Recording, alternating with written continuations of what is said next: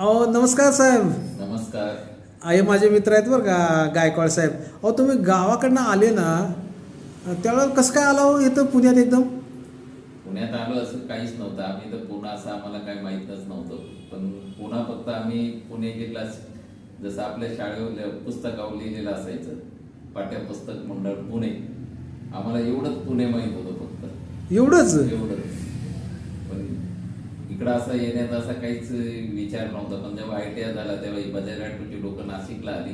हां. आणि ते म्हणले आम्ही तुम्हाला बजाज ऑटोत अप्रेंटिस करा, तिथून त्याच्यानंतर आम्ही तुम्हाला औरंगाबादला पाठवतो. आम्हाला वाटलं आता आपल्याला सहजासहजी नोकरी मिळेल, तिथं अप्रेंटिस केली की गावाच्या जवळ नोकरी मिळेल. म्हणून आम्ही पुण्यात आलो. इथं असं पुण्यात कुणीही ओळखीचं नाही, काहीच नाही.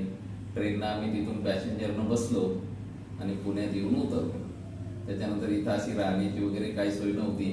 तर त्यावेळेस आम्ही पहाटच उतरलो तर कुणाची म्हणजे राहण्याची आम्हाला काही इथं माहिती नाही, काही नाही. मग खंडोबाच्या माळावरती गेलो आणि तिथं खंडोबाचं मंदिर आहे, तिथं सकाळ होईपर्यंत थांबलो आणि सकाळी उठून माझ्या ऑटोमध्ये गेलो. 12 सप्टेंबर 1986ला.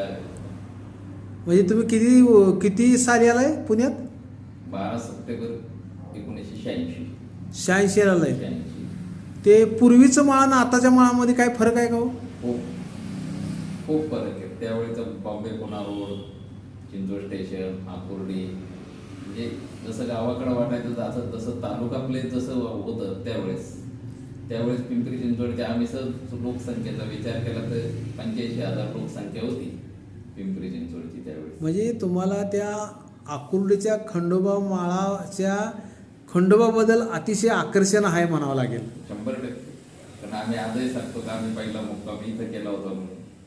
अरे वा, जय खंडोबा राया. आणि तेव्हा त्यानंतर इथं माहीत पडलं का आम्हाला चहाची दुकानं म्हणले की इथं अमृत तुल्ले. आम्हाला अमृत तुल्ले पण कळायचं नाही की नेमकं काय मिळते. तर नंतर कळालं का अमृत तुल्ले म्हणजे इथं चहा मिळतो म्हणून. तर आजही पण तिथं शिवसेनेचं ऑफिस आहे त्यावेळेस पण होतं. आज पण त्याच जागेवरती शिवसेनेचं ऑफिस आकुर्डीला. अरे वा वा वा, तुमचा अनुभव लय भारी आहे बरं का.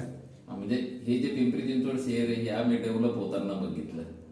मग तसं आम्ही काम करताना खूप कंपन्यांमध्ये काम केलं. बजाज ऑटो, बजाज टेम्पो, आताची जी फोर्स मोटर आहे ती, Premier automobile, Indian card clothing, असं करत करत टाटा मोटर्समध्ये प्रवास झाला.